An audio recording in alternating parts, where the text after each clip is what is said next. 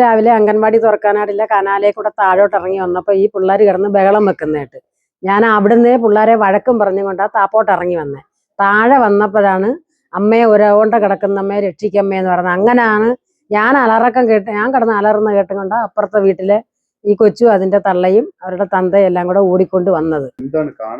കാണുന്നത് കുളത്തിൽ കമന്ന് കിടക്കുന്ന കാഴ്ചയാണ് കാണുന്നത്. കരയ്ക്ക് നിന്നും കൊണ്ട് നമുക്ക് നല്ല ഭംഗിയായിട്ട് കാണാൻ. വെള്ളത്തിൽ കമന്ന് കിടക്കുക.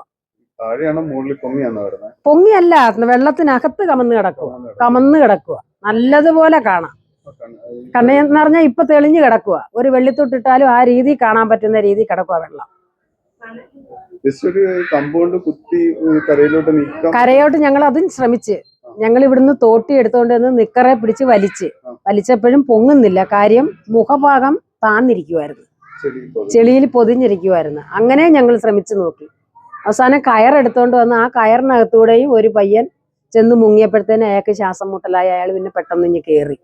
കഴിവിന്റെ പരമാവധി എല്ലാം ഞങ്ങൾ ശ്രമിച്ച് നോക്കിയിട്ടാണ്, ഫയർഫോഴ്സിനെ വിളിച്ചിട്ടാണ് ഞങ്ങൾ ഇത്രയും ശ്രമം ഇവിടെ നടത്തിയത്. എന്നിട്ടൊന്നും അതിനെ രക്ഷിക്കാൻ പറ്റിയില്ല.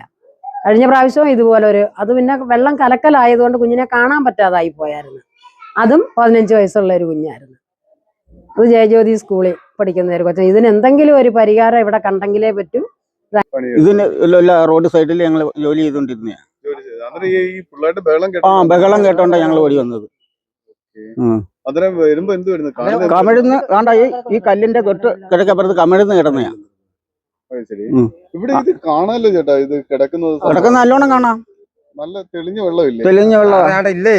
കൊന്നക്കമ്പ് പിള്ളേർ ഇവിടെ ഇട്ടുകൊടുത്ത് എത്തത്തില്ല. അതുകൊണ്ടില്ല കമ്പ്. പറയുന്ന കല്ലിന്റെ അടുത്താണ് ആ കല്ലിന്റെ തൊട്ട് കിഴക്കപ്പുറത്ത്. ചേട്ടൻ വരുമ്പോ എന്താണ് കാണുന്നത്? എന്ത് വരുന്നത്? കമിഴ്ന്ന് കിടക്കുന്നതാണ്. 9:30 9:30 ആവും ഏകദേശം. എങ്ങനെയാണ് ശ്രദ്ധയപ്പെട്ടത്? ശ്രദ്ധയപ്പെട്ടതെന്ന് പറഞ്ഞാൽ ഞാൻ അവിടെ നിന്ന് തുണി വിരിച്ചോണ്ടിരുന്നപ്പം ഈ പിള്ളേർ കുളിച്ച് ആദ്യം ഒരു ബഹളം ഉണ്ടായി. കുളിക്കുന്നതിന്റെ ബഹളം വെച്ച് കഴിഞ്ഞപ്പോൾ ഭയങ്കര നിലവിളി. ഇവിടെ അങ്കമാടി കൊച്ചിനെ കൊണ്ടാക്കാൻ ഒരു തള്ള വന്ന് ആ തള്ളയും കിടന്ന് വിളിച്ച് ഞങ്ങൾ ഓടി വന്നപ്പോഴത്തേക്ക് അവിടെ കുഞ്ഞ് കമന്നതിനകത്ത് അവിടെ കിടക്കും. നമുക്ക് കാണാൻ പറ്റും.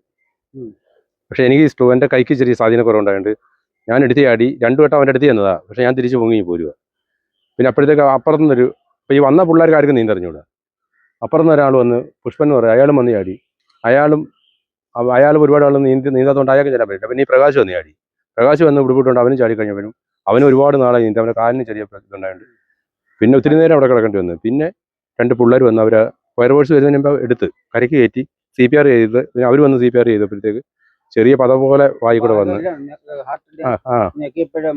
പത പോലെ വന്നേ. പതയും വെള്ളമൊന്നും ഇല്ലായിരുന്നു. വെള്ളം കുടിച്ചിട്ടില്ല. ശ്വാസം മുട്ടി അല്ലാതെ മരിച്ചതാ. പിന്നെ ഹോസ്പിറ്റലിൽ പോകുന്ന മരിച്ചെന്ന് നമ്മൾ അറിഞ്ഞത്. അതുകൊണ്ട് കാര്യം